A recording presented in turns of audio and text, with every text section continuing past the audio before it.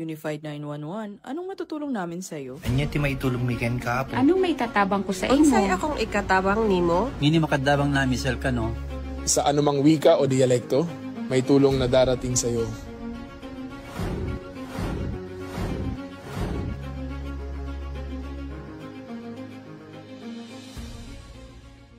Lilingkod sa bawat Pilipino at magbibigay ng tamang impormasyon para sa tahimik at maayos na Pilipinas. Police News Network, alagad ng batas, tagapagtaguyod ng balitang pulis, sandigan ng mamamayan, patnubay ng katotohanan. La Campo Crame, maghahatid ng pinakahuling kaganapan at nagbabagang balita. Ito ang PNN Police News Network. At ngayon, ang inyong mga tagapagbalita. Magandang araw, bagong Pilipinas. Ako ang inyong alagad na batas, tagataguyod ng Balitang Pulis. Ako po si Patrolwoman Ara Cassandra Concon. Huwag po nating kalimutan i-like, i-follow at i-subscribe ang page ng Philippine National Police, Police Community Affairs and Development Group, PKG Tagapag-Ugnay at Police News Network. Maghahatid sa inyo ng tamang balita, kwento ng pulis at serbisyong para sa mamamayan. At ito ang PNP News Online.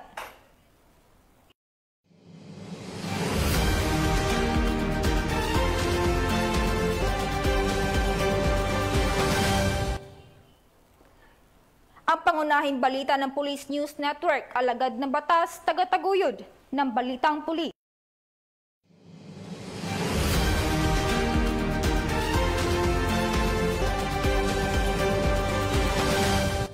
Narito ang mga balitang hatid ng ating PNN correspondents mula sa iba't ibang panig ng bansa.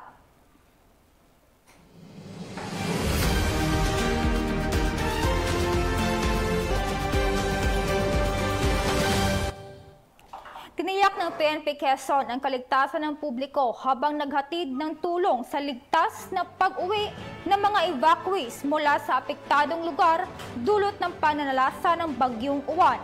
Yan ang balitang tinutukan ni Patrolwoman Sari Bernales.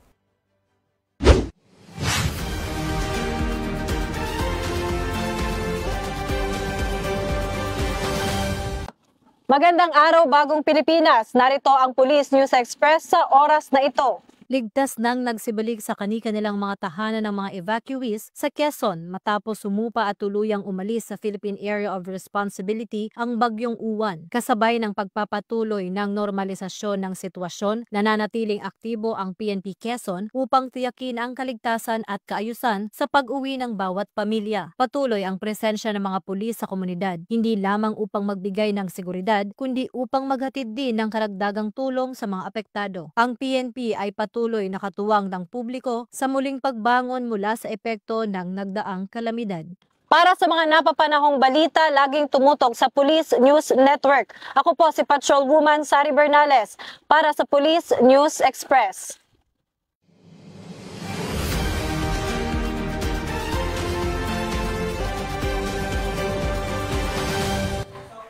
Kapulisan ng Rizal binisita ang mga lumikas na residente sa bayan ng Rodriguez sa lalawigan ng Calabarzon. Narito ang ulat mula kay Patrolman John Lawrence Ilagan. Tumungo si Police Colonel Piliteo A. Gonsalgo, Provincial Director ng Rizal Police Provincial Office sa mga evacuation center sa bayan ng Rodriguez upang personal na i-monitor ang kalagayan ng mga evacuees na naapektuhan ng Bagyong Uwan. Katuwang ang Rodriguez Municipal Police Station, sinuri nila ang seguridad, kalagayan at pangangailangan ng mga residenteng pansamantalang inilikas mula sa mga high-risk area dulot ng matinding pag-ulan at pagbaha. Ipinag-utos din ni Police Colonel Gonsalgo ang mahigpit na pagbabantay sa mga pangunahing kalsada, ilog at landslide-prone areas. Gayon din ang patuloy na presensya ng mga kapulisan sa mga evacuation center upang mapanatili ang kaayusan, seguridad at mabilis na pagtugon sa anumang emergency. Ang naturang pagbisita ay bahagi ng Disaster Preparedness and Response Operation ng Rizal Police Provincial Office alinsunod sa direktiba ng Philippine National Police upang masiguro ang kaligtasan at kapakanan ng bawat Rizaleño sa harap ng panganib na dulot ng Super Typhoon Uwan. Mula dito sa Calabarzon, akong inyong PNN correspondent, Patrolman Jan Lawrence Bilagan, alagad ng batas at nagkagulot ng balitang. Maraming salamat, Patrolman Ilagan. Agarang responde ang Bataan PNP sa hagupit ng Super Typhoon Uwan, tiniyak ang kaligtasan ng publiko at mabilis na naghatid ng tulong sa mga apektadong komunidad. Ibabalita yan ni Patrolwoman Sari Bernales.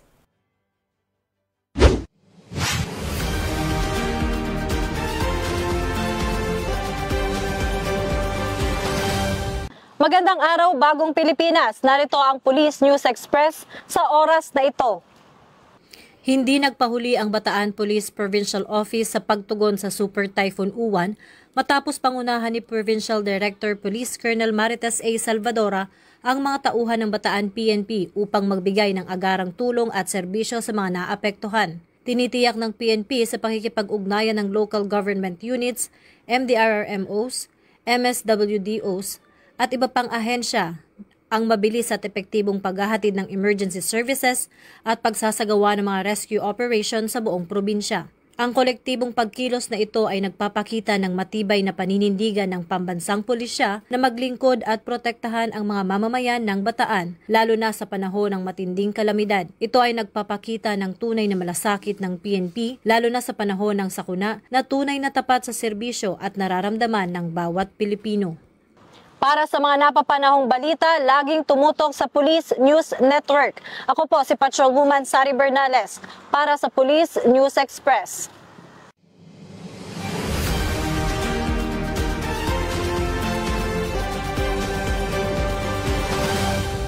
Sa kabila ng epekto ng bagyong Uwan, nananatiling na nakahanda at nagsiservisyo ang Cebu Police Provincial Office para sa kaligtasan at kapakanan ng publiko. Narito ang ulat mula kay Patrolwoman Flora May Azares.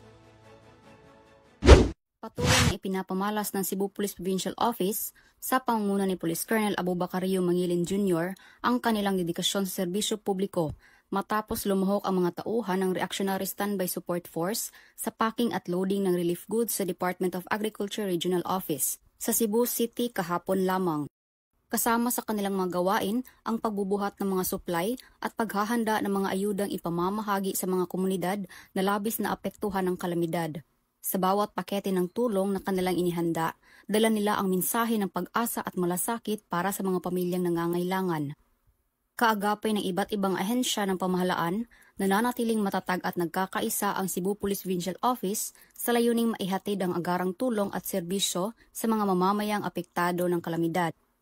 Ang kanilang sama-samang pagkilos ay patunay na ang tunay na diwa ng serbisyo ay hindi natatapos sa karaniwang tungkulin, kundi umaabot sa mga sandaling higit na kailangan ng publiko ang kanilang pagkalinga at tulong. Mula dito sa Cebu, ako ay inyong Police News Network correspondent, Patrolwoman Flora May Azares, alagad ng batas, tagataguyod ng Balitang Pulis. Maraming salamat, Patrolwoman Azares. Handa ang Batangas PNP sa epekto ng bagyong Uwan kasabay ng pagbibigay ng proteksyon at tulong sa mga mamamayan.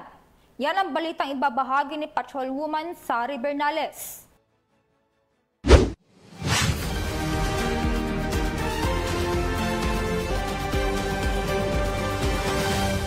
Magandang araw, Bagong Pilipinas. Narito ang Police News Express sa oras na ito. Bilang paghahanda sa inaasahang pagpasok ng severe tropical storm Uwan sa bansa, mas pinahigpit ng Batangas Police Provincial Office ang kanilang kahandaan. Agad na inaktiba ang lahat ng search, rescue, and retrieval teams at RSSF ng mga component city and municipal police stations at provincial mobile forces. Tinitiyak ng Batangas Police Provincial Office na handa at kumpleto ang kanilang personnel at kagamitan para sa agarang pagtugon at pagdeploy. Patuloy din silang nagbabantay sa sitwasyon at nakikipag-ugnayan sa mga lokal na otoridad upang makapagbigay ng mabilis at epektibong tulong sa mga komunidad na posibleng maapektuhan. Hinihikayat ang publiko na patuloy na makinig sa mga opisyal na abiso at gawin ang lahat ng kinakailangang pag-ingat para sa kanilang kaligtasan. Para sa mga napapanahong balita, laging tumutok sa Police News Network. Ako po si Patrolwoman Sari Bernales para sa Police News Express.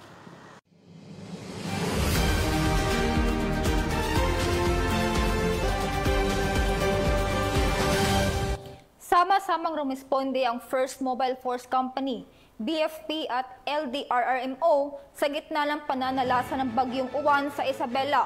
Naghatid ng anggarang pagsagip ng tulong sa mga residenteng apektado ng bagyo. Yan ang balitang tinutukan ni Patrolwoman Faye Marie Octaviano.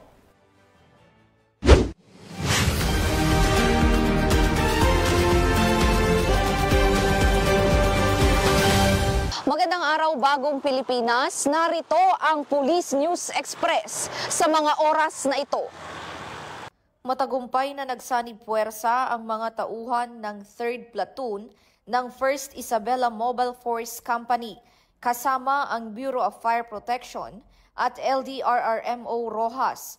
Ito ay upang isagawa ang isang critical na rescue operation para sa mga individual na na-stranded sa Sitio Karagsakan, Barangay Rizal, Rojas, Isabela dahil sa hagupit ng Super Typhoon Uwan.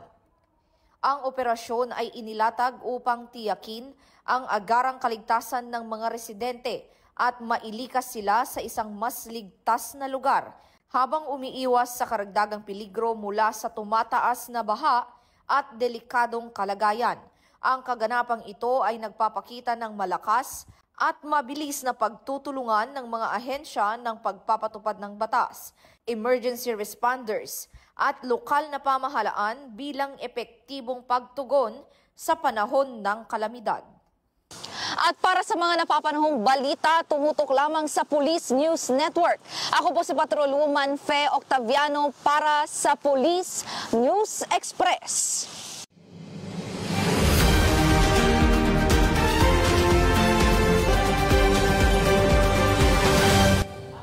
Mabilis na kumilos ang Police Regional Office 8 sa pagsasagawa ng road clearing operation sa mga lugar ng apektadong ng panalasa ng Bagyong Uwan upang matiyak ang kaligtasan at pagdaan ng mga motorista at mga sasakyang pang-responde.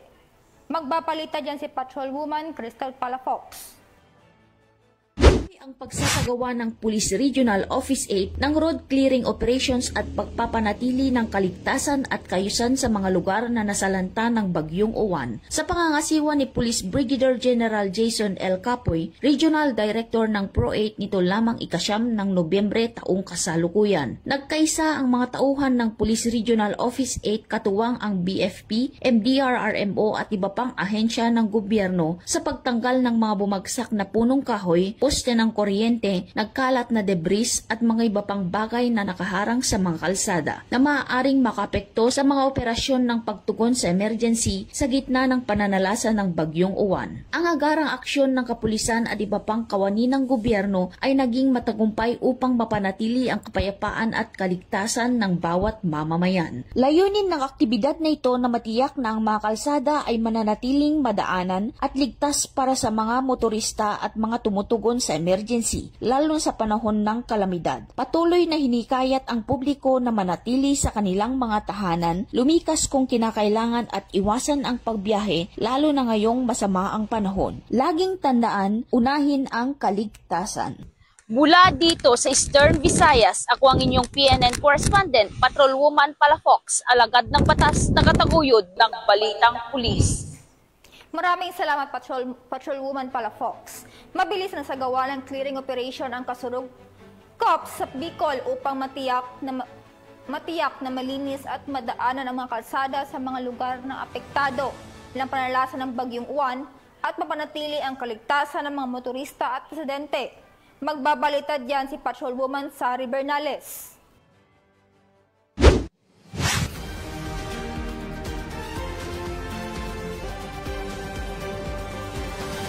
Kasurog Corps nanguna sa relief operations, feeding programs at paghahatid ng ayuda matapos ang pananalasa ng Super Typhoon Uwan. Hindi nagpahuli ang mga tauhan ng Philippine National Police Bicol sa pagbigay ng agarang tulong sa mga apektadong residente. Kasabay ng clearing operations, pinangunahan ng kapulisan ang pagpapatupad ng malawakang relief operations sa iba't ibang lalawigan ng Bicol Region. Aktibong nakilahok ang mga pulis sa pagre-repack, paglo-load at pamamahagi ng mga relief goods tulad ng pagkain, tubig at basic necessities na higit na kailangan ng mga apektadong residente. Higit pa rito, sentro rin ng kanilang pagkilos ang pagbibigay ng feeding programs sa mga evacuation centers. Ang agarang tulong na ito kabilang ang pamamahagi ng relief goods at feeding programs ay nagbigay ng malaking suporta at moral na lakas sa mga Bicolano. Tinitiyak ng PNP Bicol ang mabilis at organisadong paghahatid ng tulong at pangangalaga sa mga apektadong residente ay ang pangunahing prioridad nito lalo na sa panahon ng sakuna.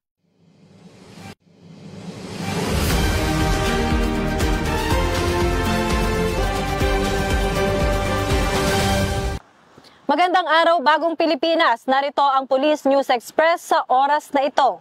Agad na isinagawa ng mga tauhan ng Philippine National Police Bicol ang malawakang clearing operation sa rehiyon kasunod ng pananalasa ng Super Typhoon Uwan sa pakikipagtulungan sa iba't ibang ahensya ng gobyerno kabilang ang lokal na pamahalaan. Mabilis na kumilos ang pulisya upang alisin ang mga nakahambalang debris na tumbang puno at poste sa mga pangunahing kalsada. Pinangunahan ng kapulisan ang pagbabalik normal ng mga daanan na kritikal upang matiyak ang mabilis at walang abalang paghahatid ng relief goods at muling makagalaw ang mga sasakyan ng rescue teams at mga apektadong residente. Ipinamalas ng Kasurog Corps ang kanilang katapangan at dedikasyon sa pagpapatupad ng tungkulin sa gitna ng matinding pinsalang idinulot ng bagyong Uwan. Hindi lamang sila nagbantay sa kaayusan at kaligtasan ng mga evacuation centers, kundi aktibo rin silang nakiisa sa mga pisikal na trabaho upang maibalik ang akses sa mga liblib na lugar. Ang maagap at nakikitang presensya ng pulisya sa paglilinis ay nagbigay ng panibagong pag-asa at nagpatibay sa tiwala ng komunidad na may katuwang sila sa muling pagbangon mula sa epekto ng kalamidad. Para sa mga napapanahong balita, laging tumutok sa Police News Network. Ako po si Patrolwoman Sari Bernales para sa Police News Express.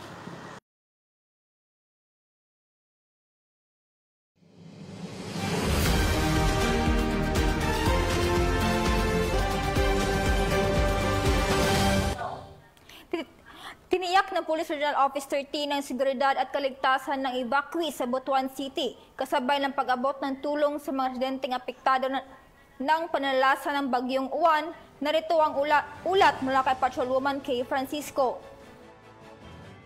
Na bumisita si Police Brigadier General Marshal Mariano P. Maestrado IV, Regional Director ng Police Regional Office 13, kasama si Police Colonel Romel D. Villamor, Director ng Butuan City Police Office sa Evacuation Center sa Taligaman National High School, Barangay Taligaman, Butuan City, nito lamang Nobyembre 2025. Layunin ng kanilang pagbisita na masiguro ang kaligtasan at seguridad ng mga pamilyang lumikas dahil sa pagbaha ng dulot ng bagyong Uwan. Umabot sa 40 na pamilya ang nilikas matapos ang malakas na buhos ng ulan. Sa kanyang pagbisita, sinuri ni Police Brigadier General Marshal Mariano Maestrado ang kalagayan ng mga evacuees at ininspeksyon ang mga hakbang sa seguridad na ipinatupad ang lokal ng pulisya sa pakikipag-ugnayan sa iba't ibang ahensya ng pamahalaan. Nakibahagi rin sa pamamahagi ng mga food packs at relief goods para sa mga apektadong pamilya bilang bahagi ng patuloy na humanitarian assistance ng Pro-13. Nananatiling matatag ang Pro-13 sa pagtitiyak ng kapayapaan, kaayusan at seguridad sa lahat ng apektadong lugar at patuloy na magbibigay ng tulong hanggang sa makabalik sa kanilang mga tahanan ang lahat ng evacuees. Mula rito sa Police Regional Office 13, ako yung Police News Network Correspondent, Patrolwoman K. Francisco. Alagad na batas, tagataguyod ng balitang pulis. Maraming salamat, Patrolwoman Francisco. Sangay MPS at LGU tiniyak ang kaligtasan at kaayusan sa isinagawang medical mission para sa mga residenteng naapektuhan ng bagyong Uwan sa pansamantalang inilipat sa Municipal Evacuation Center. Patrolwoman Faye Maria Octaviano, ibalita mo.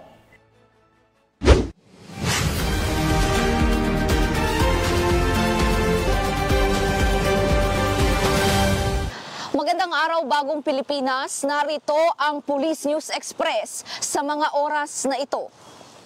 Nagbigay ng police assistance at nagpanatili ng police presence ang mga tauhan ng Sagnay Municipal Police Station sa isinagawang medical mission ng Municipal Health Office ng Local Government Unit Sagnay. Ginanap ang aktibidad sa Municipal Evacuation Center na matatagpuan sa Sagnay Sports Complex, Barangay San Roque, Sagnay, Camarines Sur. Layunin ng pagkilos na tiyakin ang kaligtasan at kaayusan ng patuloy na operasyon ng tulong medikal para sa mga residente na naapektuhan ng Super Typhoon Uwan at kasalukuyang nanunuluyan sa evacuation center. Sa pamamagitan ng pagtutulungang ito, muling pinatunayan ng Sagnay MPS ang kanilang pangako na magsilbi at protektahan ang komunidad. Ipinakita ng pulisya ang kanilang dedikasyon na makipagtulungan ng husto sa mga lokal na otoridad upang pangalagaan ang kapakanan ng mga residente, lalo na sa mga panahon ng matinding kalamidad. Patuloy naman ang pag-iikot at pagbabantay ng mga pulis sa evacuation center upang masiguro na walang aberya at ligtas ang lahat ng evacuees. At para sa mga napapanahong balita, tumutok lamang sa Police News Network. Ako po si Patrolwoman Fe Octaviano para sa Police News Express.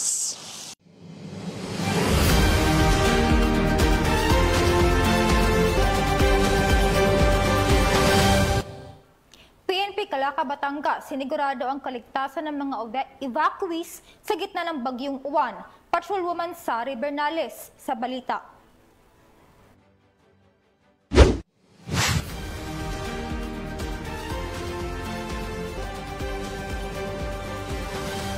Nagpakita ng aktibong pagtugon at pagmamalasakit ang Philippine National Police sa pangunguna ni Police Lieutenant Colonel Diana Del Rosario, Acting Chief of Police ng Calacas City, Batangas, nang magsagawa siya ng monitoring at inspection sa iba't ibang evacuation center sa lungsod ng Calaca, Batangas. Ang inisyatibong ito ay kaugnay ng paghahanda at pagtiyak sa kaligtasan ng mga residenteng inilikas dahil sa Tropical Cyclone Uwan. Ayon sa ulat, personal na sinuri ni Police Lieutenant Colonel Del Rosario ang kahandaan, kaligtasan at maayos na pamamahala ng mga evacuees sa mga sentrong binabantayan ng mga tauhan ng Women and Children Protection Desk ng Calaca PNP. Tiniyak niya ang lahat ng mga lumikas ay nasa mabuting kalagayan. Patuloy ring isinasagawa ang puspusang koordinasyon ng Calaca PNP kasama ang City Disaster Risk Reduction and Management Office at mga opisyal ng barangay. Ang walang tigil na pagtutulungan ay naglalayong masiguro ang patuloy na kaligtasan at kapakanan ng lahat ng evacuees habang nananatili ang banta ng bagyo. Ipinapakita nito ang dedikasyon ng PNP na maging katuwang ang komunidad sa panahon ng kalamidad.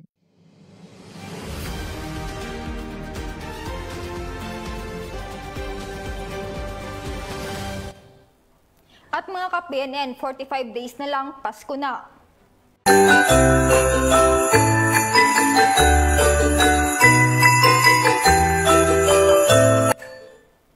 Sa ngalan ng pamunuan ni Philippine National Police, sa pangunguna ni Acting Chief PNP Police Lieutenant General Jose Melencio Nartatis Jr.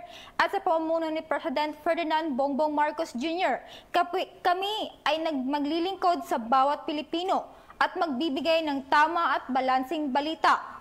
Mula rito sa tanggapan ng tagapag-ugnay, Pambansang Pulisya, kami ang inyong alagad ng batas, tagataguyod ng balitang pulis. Ako si Patrolwoman Ara Cassandra Cuncon, maghahatid ng tamang balita, kwento ng pulis at serbisyong para sa mamamayan. At ito ang PNP News Online. Dahil kami ang bagong PNP para sa bagong Pilipinas, serbisyong mabilis, tapat at nararamdaman. At ito ang pangunahing balita ng Police News Network.